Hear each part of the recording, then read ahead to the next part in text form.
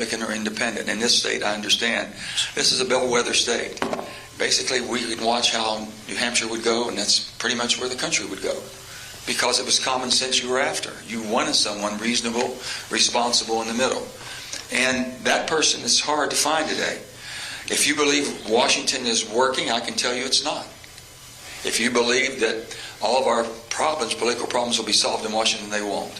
It'll start right here. If the citizens of this country doesn't step forward, if they don't come forth and says, listen, I'm worn out. You have exhausted me. I can't take any more. I tell people I have a hard time watching television at night. And I have people say, Joe, you don't know how bad it looks. And I said, well, let me make sure I understand.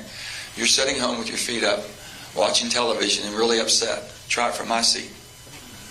It's not a pretty place to be.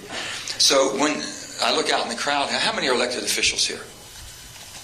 How many elected officials? How many would run for office?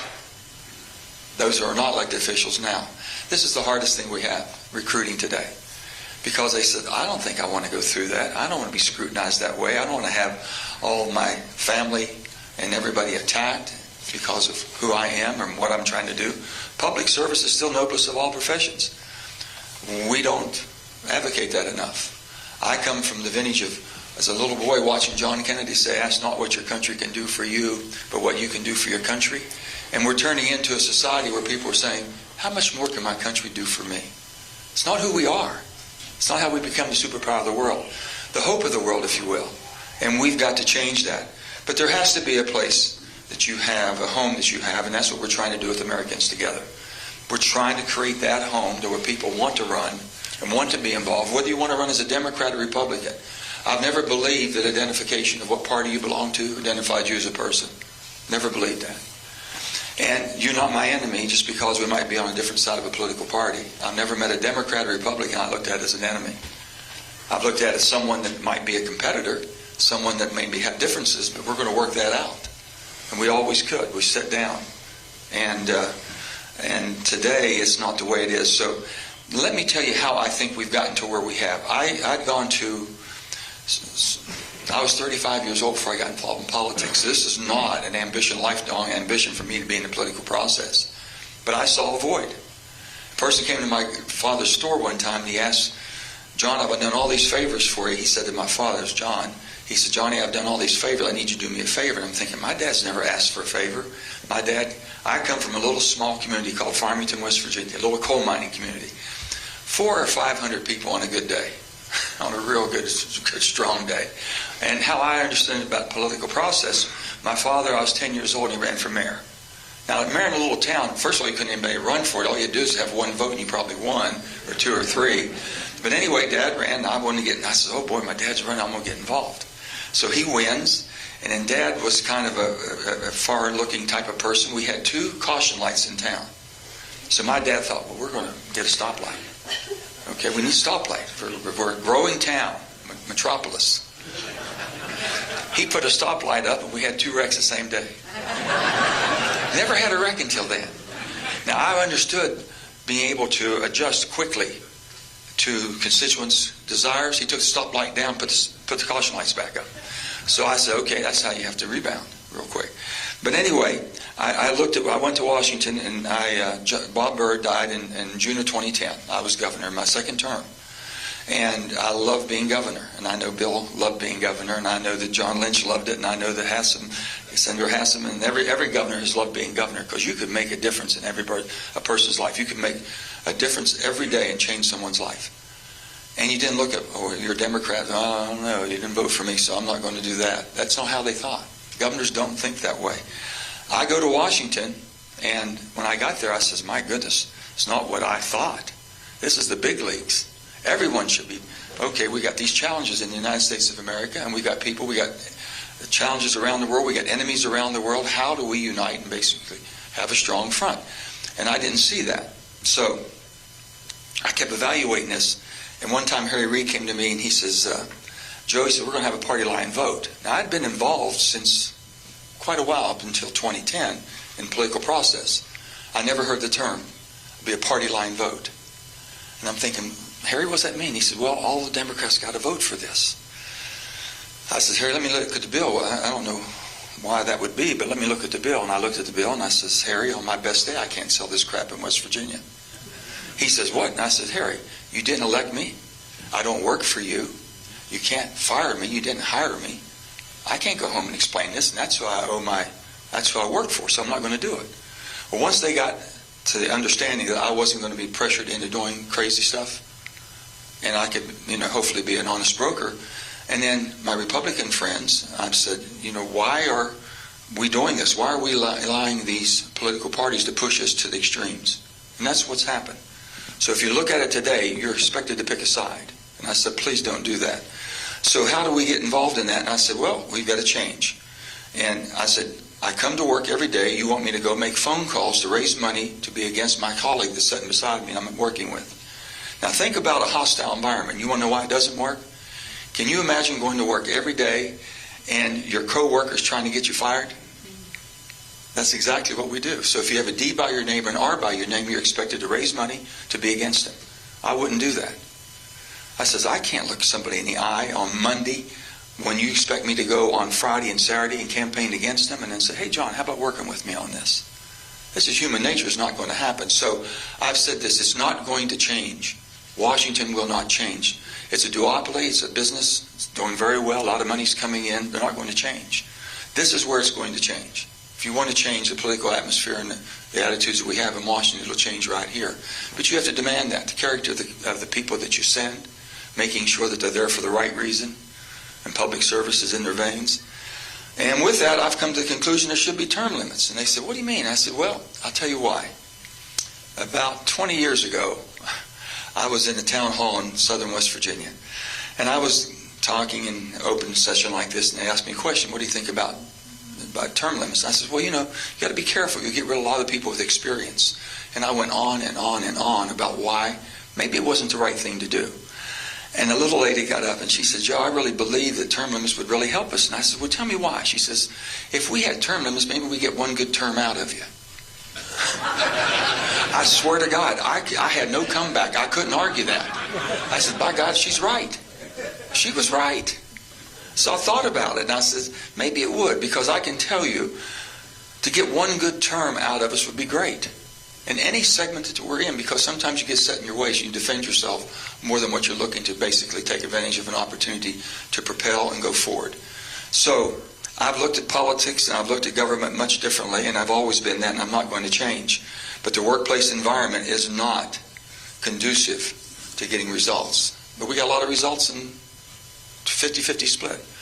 The 117th Congress is probably one of the most productive Congresses that you've ever seen. And they said, why? We were split 50-50 for the longest period of time in the history of our country. 50-50 split down the middle in the Senate. We've come to the conclusion then, you know what? Those of us in the middle had an awful lot of power that we could basically pull people together. They couldn't get anything done without us. So then that's where the bipartisan group started taking over and leading us into things. Bipartisan infrastructure bill, CHIPS Act, Science and CHIPS Act, all the different energy acts that we've done. And I know we have some of our fellow Americans who are showing their disagreement on some things, and I'll talk about energy. We have to have energy security in America. We didn't have that. We're producing more energy today than ever before. No one will believe it because the administration doesn't talk about it. We did a piece of legislation called the Inflation Reduction Act, the IRA. You hear so much about this and that, and depending on which side is good, is bad, is whatever. That bill was designed to be an energy security bill, and the administration doesn't talk about energy security. They talk about, environment. We're responsible for our environment, all of us. But you better have the horsepower to run the greatest economy in the greatest country in the world. And we have that now. We're producing that. But we're also investing more in clean technology than ever before. So the groups that might be protesting are not looking at what we have done and what we have a chance to do. Realizing you have to do what you have to do today and do it better than it's ever been done before, but invest in the technology you want for the future. So we're doing both. But you don't hear that. So people say, well, why are we not getting our points across? I don't know. Are you afraid to say that we're producing more gas and oil and nuclear and doing things that we need to do to run the country better than we've ever run it before? Stabilize the world, if you will, in the world markets. But on the other hand, we're investing more than ever, and there's more technology coming to us and more investments to our country, and that's why it hasn't collapsed. The economy's doing well. Things are still going better. All the procrastinators have said, no, this is not going to happen. It's going to have a recession. Everyone's hoping for a recession. My God, I don't know why you want to hope for something like that. We have the ability with this great economy of ours to really make things happen.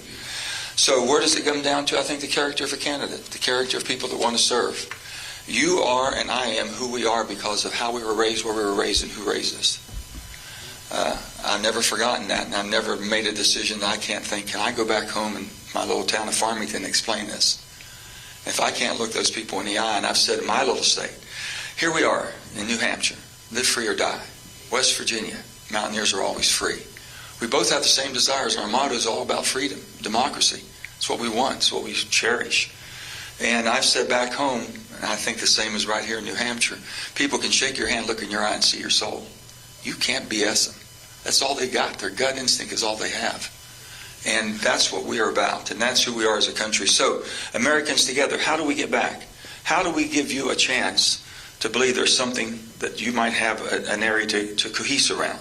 And that's what Americans Together is about. It's nothing catchy at all. It's pretty straightforward. Are we going to stand up and basically fight back to get this great country of ours back on track? Do you have to be run from the extreme right and the left? Do you have to be my enemy? Can't you be my colleague? Can't you help me solve the problems that we both identified? That's all we're asking for. And you have to get up here and just demagogue people. I can't do that. And the hatred is spewing out. It's not anymore. I always said this. I've been competitive all my life, and I've been in sports, and Nick Saban, I'll tell you, Nick and I grew up together. I'm 4 years older than him, but we grew up together. He was in one coal camp and I'm in the other. And I knew him since he was 4 years old. And he stepped out and competitive. But I know him. He was raised in an atmosphere, his father and my father, and we were all good friends, and we were raised together. But they basically wanted to improve people's life. And his dad was a tremendous mentor and a coach. He'd go around and bought himself an old school bus, had a little furniture store. No, we had the furniture store, and my grandfather had a grocery store, and he had a little filling station, golf filling station. And his dad would go around all the little coal camps and pick all the kids up and start a Pop Warner team. They called it the Black Diamonds because of coal. And it was unbelievable what they did. So he saw that. But it's gotten to the point now, I said, I want to be your competitor. If I'm going to compete against you, I want to beat you. I just don't want to defeat you. I want you to come back and take another crack at me, make me better and you better. That's how I always looked at competition. But now they want to defeat you and destroy you. They don't want you to ever come back. They don't want you to have a life. They can destroy you and your family and everybody in between. And that's why when I asked how many of you would run for office, I understand the reluctance. I really do. But you got to think that's a small price to pay for the great life you've had, and all of us, and the great country that we live in. And if we're not willing to fight for it, we might have a hard time keeping it. I'm more concerned today than I've ever been in my life. I've been around the politics all my life. Talking about, I'll never forget this, Mr. President, I was watching television with my mother. I was a very small child in 1960. And it might have been Walter Cronkite. He said, the Catholic being a religious barrier. And they said, it's been said that if John Kennedy becomes president, the Pope will run the country. I looked at my mom and I said, boy, they don't know the Catholics we know, Mom. and it still rings true. There are things you can do. You all have about 349,000 people in this wonderful state of New Hampshire that are independents, registered independents. You have a tremendous opportunity to make a big, big difference as far as what's going to happen, what may happen, very quickly, and make a decision. I understand there's about 100,000, usually, historically, 100,000 New Hampshireans that are independent that don't really vote in the primaries. And that might be where the battleground is right now. I wish that the Democrat primary was still here. I wish that there was an active going after it. I think it's always been a very good thing. And it's always been a state that I've watched very clearly because I got a very good indication of what was going to happen when I saw what came out of New Hampshire. But that's not to be. But still yet, people getting involved. Why aren't they involved? I got people saying, no, I don't want to go vote. I got nobody to vote for. Well, you have to create that opportunity. So how you do it? Majority voting, gerrymandering. Okay, you have about 390 out of 435 congressional districts. 390 are already pre-cooked. Donald Duck could be running as a D in a Democrat gerrymandered district, and Donald Duck will win. Mickey Mouse could be running in a Republican, and he'll win. That's just the way it is. And that's not how we are. That's not who we are. So how do you change that? If you can't change that, the easiest thing to change is how you do your primaries. Majority vote. You get more people involved. People thought didn't have a chance, didn't have a political machine behind them, didn't have money behind them or support, but they can really make a difference. Can make a difference. Truly can. I've had some of my colleagues, a very dear colleague of mine is Lisa Murkowski. If it wasn't for that type of ranked choice voting or majority voting, she'd have never been elected. And you lose a Susan Collins and you lose a Lisa Murkowski, you've lost a tremendous bipartisan effort that they always engaged in. And so many good people. So these are the things that I think that can be done and should be done. And I'm hoping that we take all of this serious. Talking about the serious things we have, if you ask me, the greatest concern I have is crisis of the border. We have 2 wars going on right now. We must support Ukraine. You see I wear a pin for Ukraine in the United States. And I believe that it's the best investment that the United States has ever made when you have an aggression from a country that doesn't have our values, such as Russia.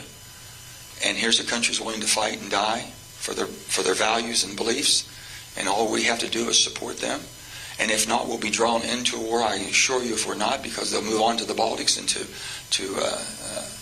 to all the neighboring allies that we have. And then we are drawn into that. And what we see going on in the Middle East right now, last night there was an attack on the Houthis, which I think was deserved. I think we should have attacked them, should hit hard.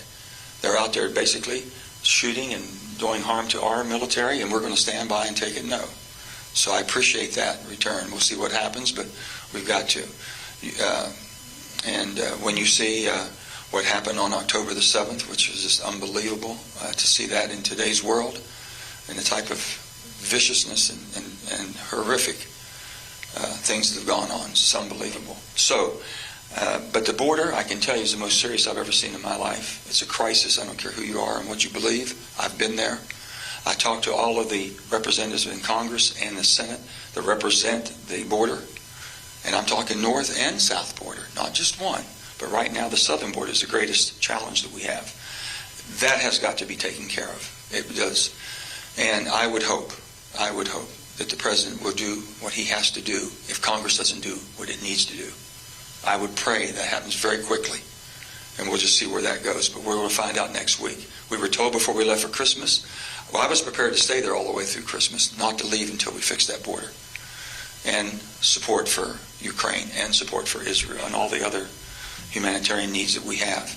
But that didn't happen. We were told that we go home and we come back and we'd be right there and take care of that pronto. And we didn't do it last week. And we have another week coming up. It can't go on another week. We've got to get involved. So the securing our border is, if you can't take care of your own borders, you can't help people take care of theirs. And that's where we are. And I think it's a great concern that people have. The easiest vote in Washington and the easiest vote in any political arena is no. You can vote no 90% of the time and have a job for life. No one puts you in a position, or why'd you? There's always someone who'll agree. It's the perfect. It wasn't perfect enough, so I couldn't support it. How many times do we hear that? I can find something wrong with everything, and I can give you a reason why I didn't support certain things if I'm looking for that. If I give you a no vote, the majority of the time, I'm not the right person in the political process, because I'm not looking for a yes vote. How do I move forward? And that's what happens. So the no vote, I've said this before, show me a person that votes no all the time, and I'll show you a person's a lifer. They'll be there forever. It's a retirement home. I've outlined a few things that I think that can be changed. And my purpose, everyone says, well, you're running for this or running for that. And I said, no, I'm running to basically bring the country together. I want you to know there's hope. There's more people like us that believe that the centrist, center left, center right, the grand old party, and the old blue dog Democrats that were there could always get together and make a deal. And we've got to get back to that. If you're going to govern, you've got to get back to governing. If you want discourse, then do what you can. If you can't change Washington the way it is now, which I don't think we can because of the enormous amounts of money that are supporting the duopoly of the Democrat-Republican Party. But if you want to find the middle, they can't win without you. Think about this. Nobody can win up here unless they get the independent vote. Nobody can win unless they get the center left and center right. They can't do it. The extremes cannot do that, but they believed. It's what we call the tail wagging the dog is what's happening. And that's got to change. So with that, I'm happy to open up to any questions you might want. Jim, however you want to do it. I want to thank you all. I really enjoy and appreciate being here.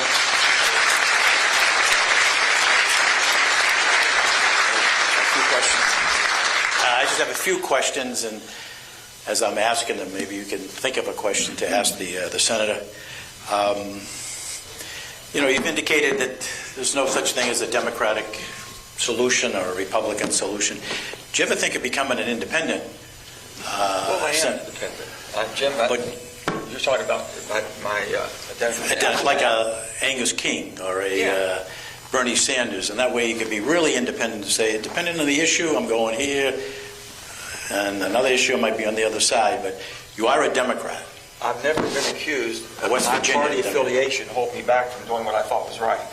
So if I thought that my identification as a party affiliate would change who I am and how I would act, then that's not being genuine where I come from. So I've thought about that. And if it makes people feel better, I'm the most independent Democrat you've ever met in your life. You're probably the most independent Republicans, and we're all friends and we can get along. So if the identification identifies who you are as a person that's going to change who you are, then maybe you're in the wrong profession. What are your thoughts on the Secretary of State here in northern New England and Maine, and the Secretary of State in Colorado removing the name of the former president from the ballot? That's a hard one. If you think that's going to change the outcome or change the support, it hasn't done that. If anything, it's emboldened to a certain extent. I think the people will make those decisions. When you have a person who believes that the rule of law is for you and not for me, when you have a person that believes that basically the only fair election is the one I win, it's not who we are. This is not who we are. So people will make their own decisions on that, but it's going to have to be, and they don't want it forced upon from the court system. Now, with that being said, the rule of law pertains to all of us. If you committed a crime, you got to pay the time. And if that happens, then that's different. But it's in the court system let that materialize. So would you suggest or recommend to other Secretary of States, this is a gift to the former president by blocking him from the ballot? Or would you say it's up to individual states, let them do what they want? I'll give you an example of what went on. Basically, the first impeachment, I thought it was absolutely, impeachment trials, I've sat through a few. Impeachment trials are truly political trials. Nothing good comes out of a political trial. And what basically, former President Trump was emboldened by the first one, saying it was a political trial, and he got more support. What we should have done is censored him. He deserved to be at least censored for what he had done, his actions with, at that time, President Zelensky, a brand new president of Ukraine. We didn't know who and the stature of this young president. And so you can look and, if you can't learn from the mistakes you made in hindsight, then you're going to continue to repeat them. And I don't think that would be wise. Your name has been floated so many times on the No Labels campaign, and you haven't ruled it out. But they really haven't decided yet even to weigh in on this year. Isn't time ticking away that they got to make a decision soon whether they're going to participate or not? I think basically you have to see the outcome of the primary, and what we've ended up with are two categories. If you're handicapping it right now, you would say that it'll be Donald Trump and Joe Biden. But that might change it. There's still some time for that to change. So I think by Super Tuesday, you would know. First of all, No Labels, let me just explain my involvement in No Labels is this. In 2010, I leave a job that I loved and go to something I think I can really be productive and helpful in, and I see it's going to be a real challenge. So I'm looking for a venue that we can sit down and gather and talk as Americans, and that was the only one I found. I went to the first meeting, I think, in December or January of 2010, 2011, and found out there was a group of senators and Congress people that had been involved, people I'd heard about all my life, that were looking to bring the country back together. It appealed to me, and I've been involved ever since. John Huntsman and I were up here before. We were the first chair and co-chair, Democrat, Republican. I still believe that the cause is worthy of trying to find that middle and give you a venue. Americans together have basically stepped forward. We're completely different and not connected any way, shape, or form. And I wish them the best, whatever. They're trying to provide a vehicle, if needed, for an alternative, for an option. And that won't be decided, I think, before March. Oh, sorry. Yeah. Okay, I'm sorry. I didn't think this thing worked that well. That's what you turn it on. Yeah, turn it on. Yep. Anyway, that. Yeah, okay. Anyway, that's. Did you hear my answers before you? Okay, I'll talk a little louder now. Anyway, I still anybody that's trying to move things to the middle, count me in. You have my vote all the time. I'm there.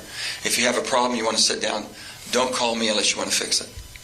I'm not going to sit there and cajole with you very long because I want to fix things. So it's kind of who I am. Do you think that Senator Lieberman is leading the effort? I think he's the co-director. Joe's a great guy. Yeah.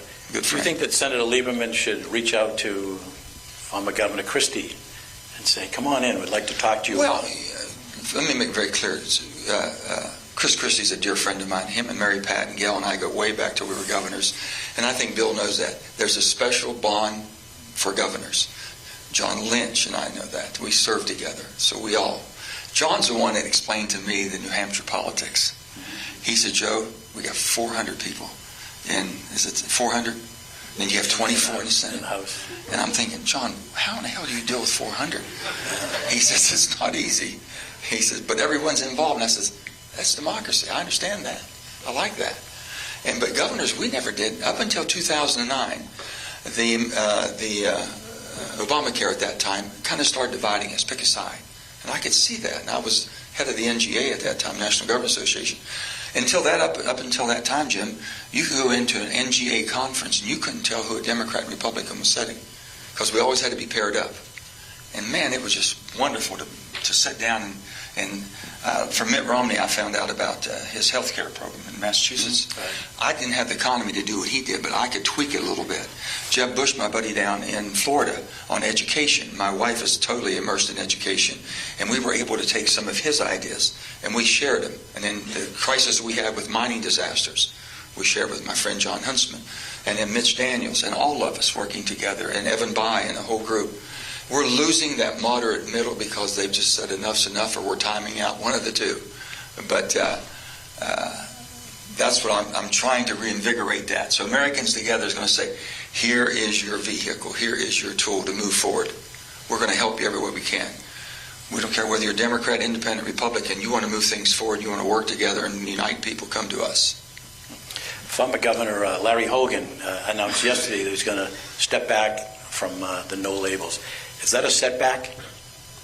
I don't know, Larry. I know Larry. Larry's a good man. We've done a lot of things together.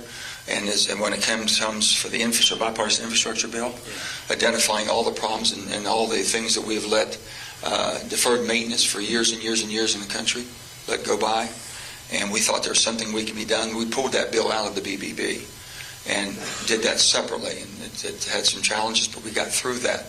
And it's a great piece of legislation. But with that, Larry, whatever his intentions were, he's a good man, he's an honorable person, and we'll have to see where he goes with this. You've made comments that you thought you knew Joe Biden so well as a senator that he was a more moderate statesman, public official, and you're a little disappointed in the way he has administered his administration. He's gone to the left. Pretty far. Yeah. And you recited all of the significant accomplishments. Yeah, a lot of good things. Infrastructure, the science bill, the CHIPS bill, inflation reduction. Some of them were bipartisan. Let me just tell you about inflation. Credit to the president and moving some of that with colleagues in the House and the Senate. Oh, okay. One thing. Just throwing it out. No, the president and I know each other. We've known each other for a long time, okay? A good man, a very decent person, and good to work with from that standpoint. And he'd always been kind of the centrist, within the Senate. As you recall, his career for a long time. representing the state of Delaware, which is a very very economic engine, if you will, conglomerate as far as how they run their operation up there, and I appreciate that. But when it got to the point to where when he got elected, and I think people were looking for some normality, that's my best word, normality. Calm it down. Let's work together. That's not my enemy. I don't hate you.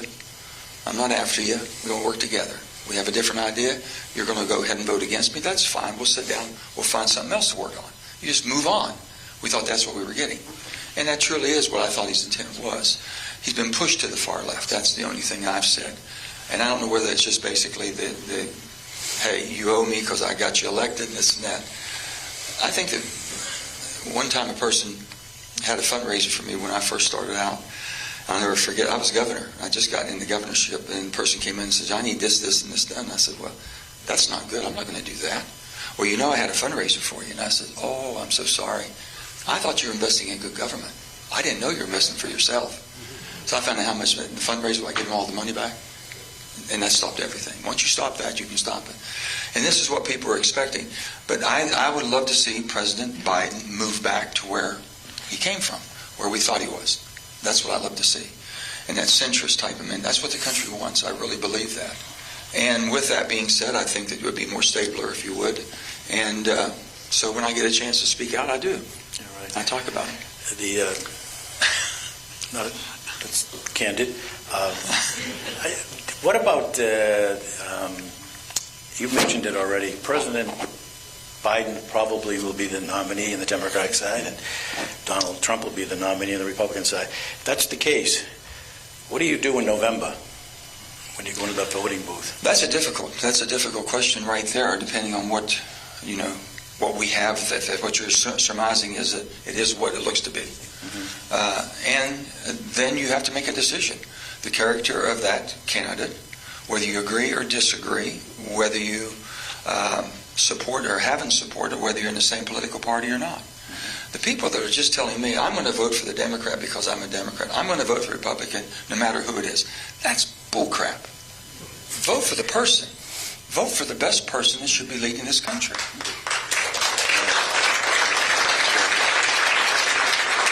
I was going to say bullshit, but they said I couldn't say that. C-SPAN, this is an adult show. I'm told we only have about 10 minutes left, so I have 10 more questions, but I'd rather have you ask the question. So we have some people here from the ARP. I think Jill Martin has a question for the senator. I do. Okay. I am a member of AARP. I'm a proud supporter and a member myself. I want to thank you, Senator, for your work on lowering prescription drug prices, including achieving the important legislation that secured Medicare price negotiation authority. And that Do you want to get Catherine down? Insulin, also fit to 35. Right. Medications now hopefully will be expanded in the future. I know that helps residents in your state, certainly helps residents in our state and around the country. But can I ask what else you see as actions that politicians, both and policymakers on the federal and state level, can take to further reduce the cost of prescription drugs? Well, transparency is the biggest thing. Transparency. But we had, so you'll know, I wrote into the bill total across the board negotiations on Medicare. They had to be negotiated down. Now, I could have said, oh, no, I can't do that. We got to do it all or nothing. But we got some very significant drugs that are able to be negotiated and reduce the price. I could have said, no, that's not good enough. But I had to take some movement forward rather than stopping it. Now let's go further. The best, if we would allow the Veterans Administration, the VA, to basically negotiate for all Medicare, Medicaid, be the best thing that can happen to the country. They're the best. They don't have to go through any middlemen. They don't play all the games. They have the lowest prices in prescription, our veterans. But no, it's just the way the system's set up, and we're trying to get to that. To me, that would be the perfect solution. But if not, we have to expand that. The $35 in insulin, that's all Inflation Reduction Act. Okay? Now, I can tell you, my Republican friends could not vote for the bill the way it was presented as reconciliation, but they'll talk. It's kind of the inside ball game. That means it was about party line only. But they were involved in every part of what we put in that bill because I wrote the bill with my staff, so I know it. And the thing I've been upset about the administration is they're trying to implement a bill they didn't pass. You hear a lot of Manchin is attacking back and we're fighting him. I'm basically saying, just follow the law. The bill is very clear. And we try to get all the things you've talked about. We're going to continue to expand because I think people are benefiting by that very much. Maybe one more question. I love to take them all. Well, you only have so much time. Go ahead, Carolyn, and then the gentleman, other side in the back. Go ahead, Carolyn O'Connor. There's a mic right here. Thank you for your time, Senator. Carolyn O'Connor with Liberty Utilities.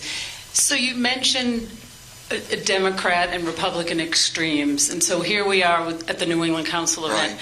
Can regionalism work in Washington? Does it work in Washington? Well, I look at, all different parts of the country, and every part is different, no different in your family. Someone asked my father one time, he said, John, he said, I want this, this, and this, and Dad said, let me ask you something. Do you treat all your children the same? Do you think they all have the same capacity and capabilities? Don't you have to give some a little bit nudge in the morning? Don't you have the other ones you have to catch them and hold them back? And, everyone's different. So our part of the country, you have to be able to look at the regions of how we operate and allow you to do all you can to be who you are. That's the bottom line. And let me just say this to you. Government was never intended to be your provider. If you're believing someone's saying, I can provide. No, they're not. They can't. They weren't intended to. It wasn't designed. They're designed to be your partner with the empathy to take care of those who can't participate in that. So I've always told people, when you ask me, whether you're a Democrat or you're a Republican, I don't know what I am. I can tell you this. I'm fiscally responsible and socially compassionate. And I think most Americans fall in that category. Fiscally responsible and socially compassionate. It's the way you run your life. You wouldn't be sitting here if you didn't. You really wouldn't. So how do we get that type of mentality? People come to me when I was governor. They said, I said, listen, no. What are you going to do for yourself? What are you going to do for yourself? I can only help you so far. First, one time, my dad had a little furniture store, and they said, hey, Johnny, can you give me some time on this? Carry me, couldn't make a payment. He said, sure, no problem. He helped people. And finally, the guy came in and said, Johnny, can I have a little bit more time? He said, hey, Jimmy, your mama only carried you for 9 months. And I never forgot that. You can only carry a person so long. And so with that, I'm thinking, okay, how do we do this? You all have, let you go. That horse is ready to run, let her go. And this regionalism right now, sometimes you're held back because of this all-inclusive type of approach we take. Other questions? The gentleman in the rear. Just identify yourself. Yeah, thanks. Thank you, Senator. Roger Stevenson, recently retired in Stratham, New Hampshire. Thanks for coming to New Hampshire. Thanks, Roger. I'm an independent. I pull Republican ballots and Democratic ballots. And I appreciate a lot of what you said. But one thing you did say is you would, at one point, wage an unrelenting fight against the Biden administration's efforts to implement the IRA as a radical climate agenda. Can you explain how New Hampshire communities that are vulnerable to increasing damaging flooding, such as Hampton this week, Dover, Portsmouth, as well as low-income and underserved communities all along our most vulnerable coasts, can reduce and respond to climate impacts without the IRA? Sure. Well, let me just tell you this. The IRA is probably the most prolific piece of legislation we've ever had as far as moving both agendas. And the climate, as I said before, we're all responsible for the climate, and I take it very seriously. The world is using, and it's called global climate, not New Hampshire climate, not West Virginia climate or United States climate. It's global. You look at what's happening in the world, we've been decreasing, and we can do it more than any other country. I have always said you cannot eliminate your way to a cleaner climate. You can innovate it if you want the world to follow. But there's my friends on the far left that believe they can eliminate. Stop using this, stop using that, and stop using it. That's not going to happen. 90% of all pollution will come from one continent, Asia, in the next 10 years. So if we don't show them a way to do it better. So what we did with the Inflation Reduction Act, which was truly input from Republicans for over 5 years, I worked on that. We put that bill into the reconciliation, but we passed it. What it does, we're investing in the resources we need now for having the horsepower to run our country and stabilize the world. But also, we've done more for investments in clean technology, carbonless technology, to bring that to the forefront. We have never matured some of these different types of processes. Hydrogen can be a tremendous horsepower, but also very clean. We just never spent any money. It's been around forever. Wind and solar by itself won't do it. It's a tremendous supplement, but we need more battery storage. We're basically, a lot of technology is going into. We've had more money invested in the United States of America over the last 2 years than ever before. And what I said, I'm going to fight them for a radical change. They're trying to implement something that was never there. First of all, to have a manufacturing base of EV batteries here in America. Right now, we're totally reliant on China. I said, I'm old enough to remember standing in line in 1974 to buy gas to go to work. I'm not going to stand in line waiting for a battery from China. So if you want to go to EV, then make sure that you can promote the transportation and basically supply it from reliable North America, America, and all free trade agreements, so we're not held captive. That's what I'm saying. They're cutting things down because they're putting a political agenda ahead of the bill. I said, that's not the bill we passed. You didn't pass your bill. We passed a bill that we passed, that we wrote. And they know that. So I've been taking them to court to hold their feet to the fire. I had $690, let me give you a perfect example. That is about a $690 billion bill. Have you ever heard this administration or anyone else talk about $239 billion went to pay down debt? Have you ever heard that? Did you all know that? A third of that bill was paying down debt, because I think the debt crisis we have will take us down quicker than any other adversary. They never talk about that. Did you hear ever been an energy security bill? No. All you hear about is a climate bill. And I'm fighting the climate. I'm not fighting the climate. I support. And there's no one who's written more legislation supporting a transition. I'm just not reckless enough to say I can just discard this, that you need to run the country on a day-to-day basis, and go to something you have aspirations for. We might get you there, but we're not going to basically leave anybody behind. That's the difference in how we approached it. And I cannot figure out why they won't embrace it. We're producing more energy. I know people don't want to hear this. 37 trillion cubic feet of gas this year. 4.7 billion gallons of oil, barrels of oil. 4.7 billion. We've stabilized. Now, there's 4 billion's been cut out. If it wasn't for what America's doing right now, I can't tell you what the cost of energy would be, because 4 billion's been taken off. Saudi's taken 2 billion off, and with the Russian market, it's taken 2 off. It's ridiculous. But we're trying everything we can to hold it down, and if it wasn't for that piece of legislation, I don't know where inflation would be. I don't know where any of this would be. They said, why'd you call it the Inflation Reduction Act? And I said, well, when we passed the bill, it was 9% inflation. I says, it's 3.4, 3.1. I think we did okay on that. So what else am I going to call? We're producing more. We brought the price of gasoline down. All the good stuff. Just accept what the good of the bill did and what the intention, and don't be afraid to tell the extreme on the left and extreme on the right that we didn't pay attention also, but we're just not going to sacrifice our way of life and our economy. And if you're going to be the superpower of the world, you better have some super decisions you have to make on how we run this place. Maybe one final, and let me we have 2 hands up, so I don't know what you want to do. You got 4 hands, but go ahead. Jump right in. We'll jump around. I'm going to be real quick with my answers. Introduce yourself. Nathan Schrader, New England College. Hey, Nathan. Thank you for being the voice of reason in the Senate in Washington.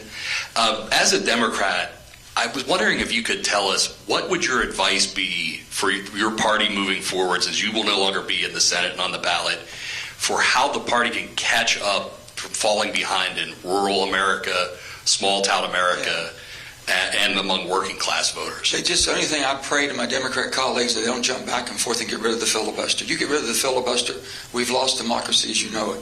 If you don't like what's going on in the House right now, with the speakers being changed over like a relief pitcher on a baseball team, if you don't like that, you get rid of the filibuster, and it'll be the Senate on steroids of what you see in the House. You will lose democracy as you know it. And that scares the bejesus out of me. And they've been pushed by the extremes. Get rid of this for this reason. Get rid of this for this reason. No, we have that, so you go sit down and talk. Because I can tell you, if you do something in a bipartisan way, it's lasting. You do something strictly on party lines, the next time you get a chance and it switches over, you get rid of it immediately. And that's why we are the country we are. That's why the rest of the world looks to the United States. We've had some stability. And if we're losing that, and we're losing that in the eyes of our allies, and they say, well, I don't know if we can trust the Americans anymore. Yeah, you can. We haven't forgotten who we are, and we won't let you forget who we are either. But it scares me. It really does. So that's all. Don't lose who we are, basically, and what the purpose of. I think there was... Go ahead. Yes, sir. Just holler it out. I'll hear. Go ahead. Yeah. Quick question. If I can, Jim, Yes. recently from the great Commonwealth of Massachusetts. Great. We have a tradition where we've had moderate Republican governors, and, we're known as a blue state. We know how this kind of message, which is very refreshing, can function at a grassroots level. I guess my question again is how you and your organization can carry this into the presidential election if, as Jim Brett noted, it looks like we may be headed towards... Well, this is not the short game. Yeah. This is not the short game. This is the long game. The long game is if we don't start now, if it has an impact or not, I don't know. We're going to find out. But it's not the short game. People ask me all the time, how'd you take the pressure? How do you take the pressure? I don't feel pressure, and I'll tell you why. I never had to adjust my answer every time I talked to a different crowd. I knew who I was, I knew what I believed, and I'm able to say, hey, this is who I am. If I make a mistake, I'm sorry. I'll apologize, I'll admit I made a mistake, and I can fix it. Cicero said, to err is human. You're expected to make mistakes. Just don't make them intentionally. Don't make Gentleman them had the ball intentionally. cap Yes, right. on. Yeah. I think that the gentleman's signing to you. Go ahead, sir. Yes, sir. Here's the mic. Oh, thank you. Senator Manchin, Yes. as a West Virginian for 40 years myself, Hot and damn. Grant Stater for 4, I want to say welcome. Thank you. Glad to see you here. I want to go back to the first question that the President asked about you possibly switching to independent. Well, I am an independent. I can switch independent. I can be an independent R, an independent I, whatever, independent D, whatever you like. Well, I just want to say for the record, I don't know if you recall, but your first term in the West Virginia House of Delegates, I was a journalism intern. Oh, my goodness. And we worked together in getting daily reports out where you would call into the radio station. And I can tell you... I was looking for any type of advertisement I could get back then. But you came from a long line of West Virginia Democrats. And I want to just say for the record, Joe Manchin's politics have not changed. He is the same West Virginia Democrat he has been since his first term in the West Virginia House of Delegates. And so now he's considered a moderate or even a conservative Democrat, but he's the same Democrat he's always been. Having said that, and I'm not a Democrat, but I feel bad for the Democrats in New Hampshire who aren't getting fair choice. Gotcha. If a bunch of Democrats, how would you feel if a bunch of Democrats in New Hampshire wrote in Joe, not Biden, but wrote in Joe Manchin? I cannot prevent whatever you want to do. Would that inspire you possibly? Would that inspire you possibly to consider trying that in other states? No, I'm not here campaigning. I'm here basically concerned about my country the same as you are. So whatever. I've said this. I have a burning desire to save the country, whatever it takes. I lay on a track. I do whatever you want me to do. But I'm more concerned about my 10 grandchildren, your grandchildren, and future generations than I have ever been. And I mean that. So whatever the good Lord leads me or whatever life takes me, I'm willing to do. But I'm going to give everything I have to save the country. Because I think we're on a collision course. And if not, we're going to have discourse that you've never seen before. Lawlessness is going on right now. If you do the crime, you got to pay the time. Not anymore. You can do grab and smash and steal and grab. Let me tell you, in West Virginia, you smash and grab, somebody's going to smash and grab you. And I think New Hampshire's probably the same way. Let me say one thing if I can, real quick. Go ahead, yeah. Why are your political identification, if you're Democrat or Republican, I can relate to me.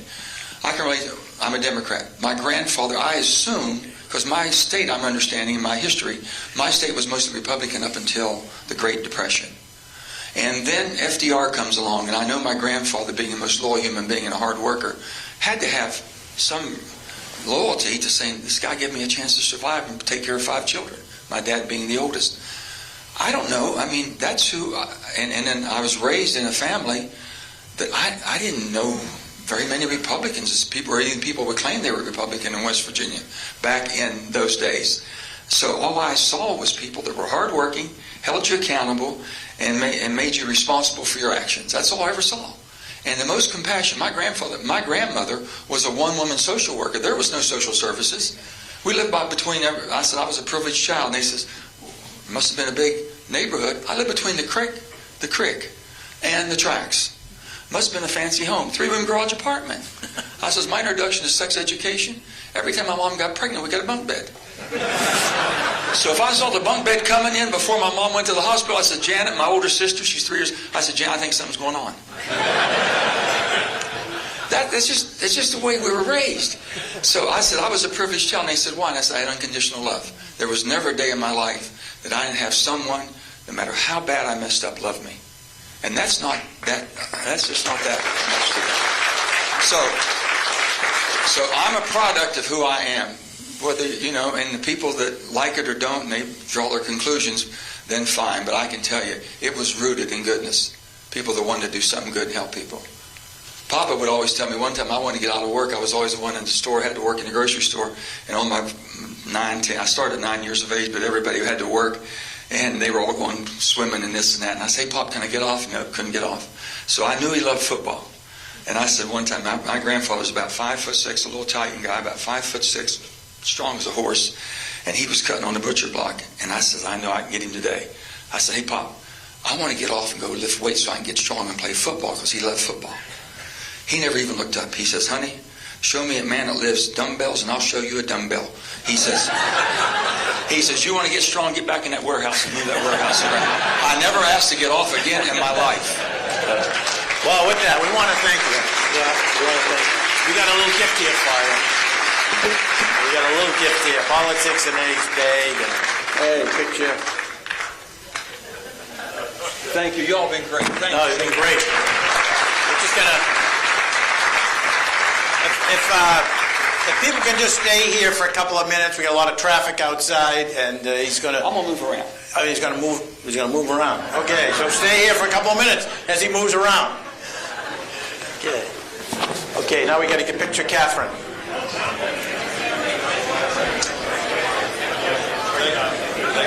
Okay. Okay. Best ones yet. Andy, get a picture.